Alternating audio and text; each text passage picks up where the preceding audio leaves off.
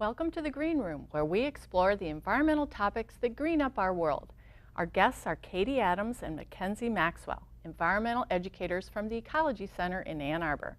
Today we'll be talking about recycling in our schools. Katy and MacKenzie, welcome to the show. Thank you.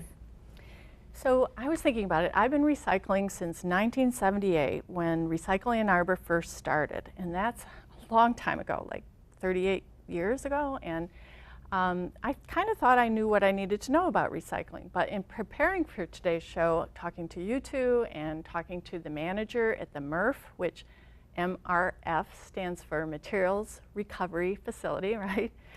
And I filmed the process there, which is really exciting, and I also talked to students and parents in the district, and I've really learned a lot. I mean, there's so much more than meets the eye, so today's show is going to be really interesting. Now, in Michigan, having recycled for so long, are we where we want to be, Katy, with recycling? Not at all, really. No? So nationwide, we are at about 30% recycling rate, and Michigan is really behind that average. We're at about 14% statewide. And so there's really a lot of initiatives going on across the state right now to bring that recycling rate up. And in particular, in our local area, there's a lot of effort being made within the schools. Now, some people might wonder, why should we focus on children when it's the parents who are doing most of the recycling work in the homes? And when I was interviewing some parents in the community, I asked them that, and one of the parents had a really interesting comment, and we're going to listen to that now. When they know and they bring that information home, you want to be a better parent and a better citizen and encourage your child to do positive things. So again, starting with the kids, I think will really help parents to even see that it's a smarter choice.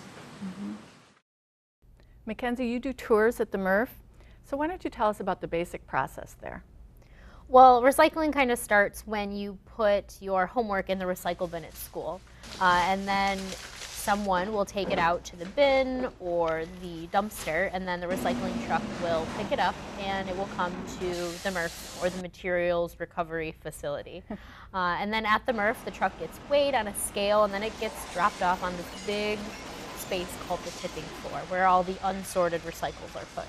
And then we have different machines and people at work to try to sort and separate everything out. So we make sure that all the milk jugs are together, all the aluminum cans are together, and then all the paper for someone's homework is together in those different bins. And then we have this big machine called the baler, which actually makes these compacted pieces of, I guess, recycling building blocks to then be sent to remanufacturing plants. And at those remanufacturing facilities, new things are made from the old recyclables, and that's kind of what recycling is, where new things are made from old things. Closing the loop, I've heard it called, right? Yeah. So how about giving me a couple examples of the life cycle of some different products that are going through the loop? For instance, the paper. So that piece of paper that gets put in the bin, after it's sorted at the MRF, they go to a remanufacturing plant, which then might turn it into new notebook paper, or paper that returns back to your school. It could also end up turning into ceiling tiles that you might find in a building, or other products that we don't necessarily right away think about as paper. Yeah, I was out at WISD, Washington Intermediate School District, and they pointed out that the barn that's being redone has insulation made from recycled paper, which is really cool. How about, like, say, a yogurt container? Oh, so our different plastics are going to be separated by what type of plastic it is.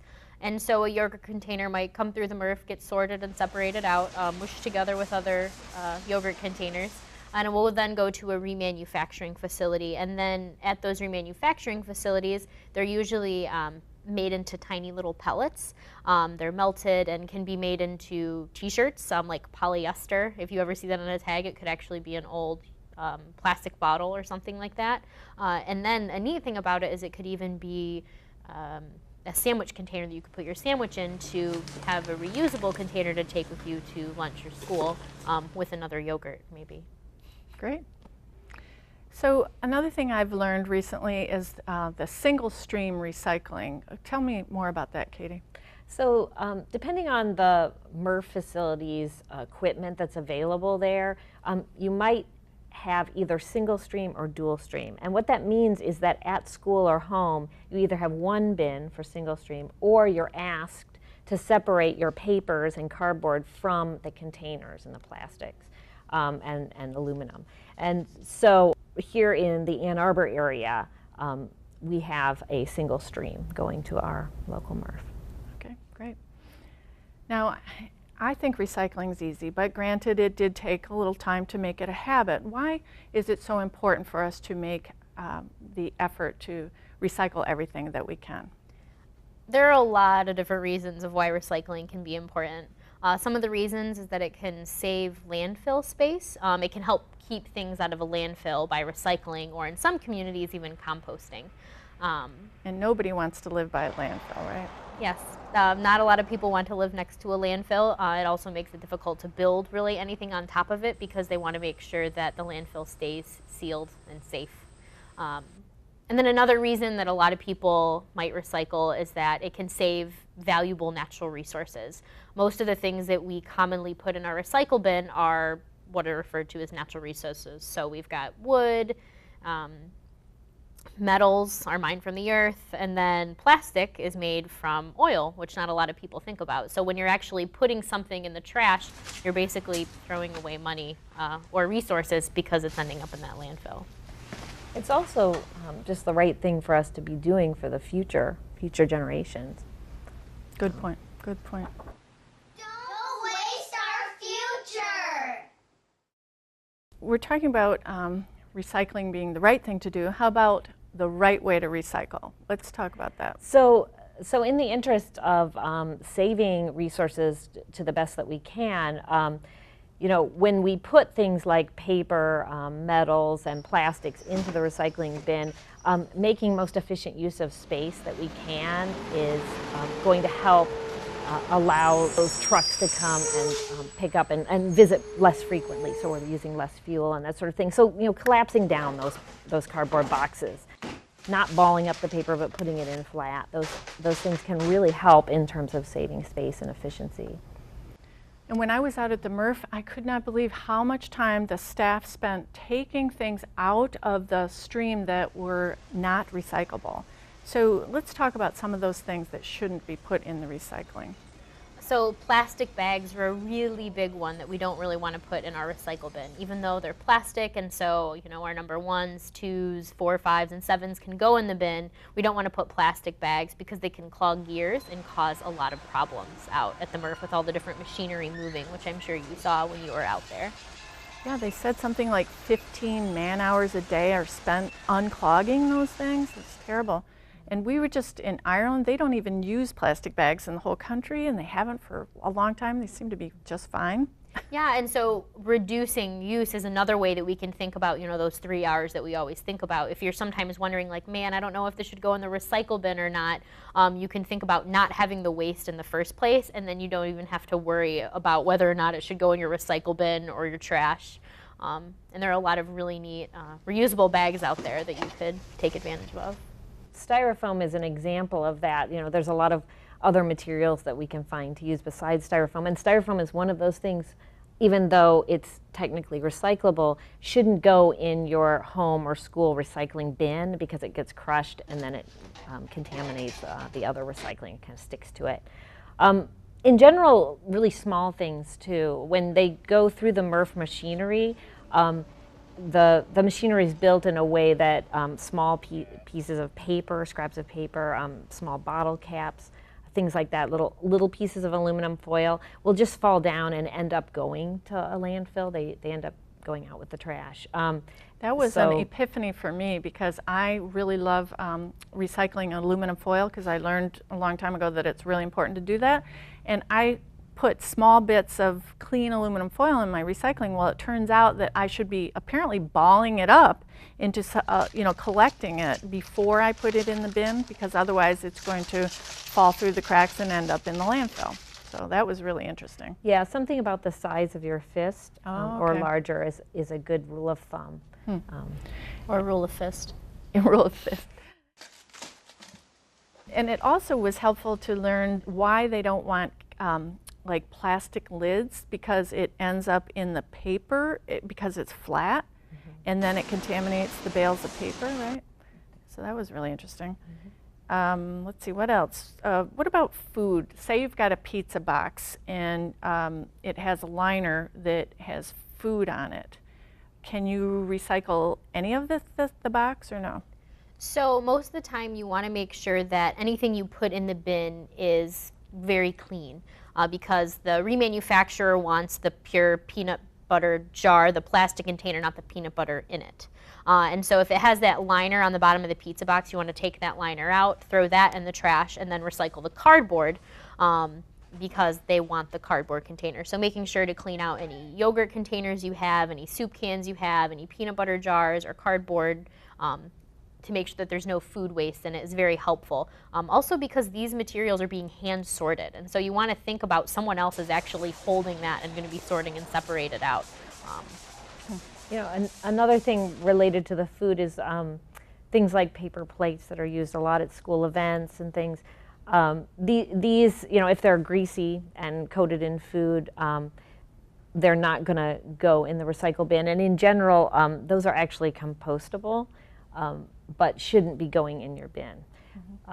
And any paper products that have that kind of waxy coating on it, so like coffee, to-go coffee cups and that sort of thing, are not going to be put in the recycle bin either. Nor the compost bin, apparently, right? Right. If they have that plastic, it's Yeah. That waxy plastic coating. Yeah, so if you it's not scratch it and you feel the the wax, that's no good Yeah. for either. So, So again, this is- using a mug instead. Yeah. All right, and no tissues and paper towels, you told me too, right? That's right. Those, again, are compostable. Okay. So they can go out with your organics and make great new garden soil, but they will not get sorted well at the MRF, and that's why we don't want them going in your bin. Yes, the whole thing about efficiency is money for the taxpayers too. So if we do these things right before they get to the MRF, it will be beneficial to all of us, right? Absolutely. So does it really make a difference? Some people say, oh, you know, what's one piece of paper? How do you address that kind of concept? It absolutely makes a difference. So an average school can use 360,000 pieces of paper or more in a year. And so that really adds up. Yeah. In a year at the MRF, we save thousands of trees with the paper that we recycle, as well as a lot of other resources around that, the water and electricity that's used to process paper in the first place, and we reduce air pollution. So many different benefits. Yeah. So we've been talking about why recycling is such an important thing to do, but you've taught me that there's something even more important, which you've alluded to, is reducing. And I'd like to just talk a little bit more about that. For instance, with a piece of paper, how can we reduce our use of paper? Well, you could print double-sided on a piece of paper, right? Like, oh, looks like you did. So you can print double-sided. There's a lot of different things that you can do in a school or at home to kind of reduce the amount. You know, you talked about the coffee cups. You could reuse coffee cups. If you're not a coffee drinker, you can take a reusable water bottle to school or work. I talked about the sandwich container that's actually made from old yogurt containers to put your sandwich in. Using reusable containers is a big way because it's easy to use single-use containers when you're packing for your lunch or to take something with you. What a waste! So reusing reusable containers is a great way to help keep things out of a landfill, and then you don't have to worry about recycling afterwards. Great. But recycling is super important because you then go on to do other environmentally responsible activities. One of the parents that we interviewed really put it nicely, and we're going to listen to that comment now. Once you get on the bandwagon, you take a step further and you want to do more. So I think once you get on the recycle train, you'll do more. Well, that's about all the time we have for today, unfortunately. But before we part, can you give me some tips on where people can get more resources? So if you go to your city or township website, then you can get more information on what your local recycling rules are. And another great resource if you want to learn more about what actually happens to your recyclables when you're done with it, ReCommunity, which operates the facility in Ann Arbor, has some great resources and statistics on what actually happens to your plastic bottle and milk jug and different things like that. We have great videos on that. First, non-recyclables are removed You're also by always welcome to contact us at the Ecology Center for more information. Okay, great. Well, thank you so much for being here today. It's been really interesting. Thank Thanks. you. For an online archive of today's show, go to ewashington.org/greenroom. Thanks for joining us here in the Green Room.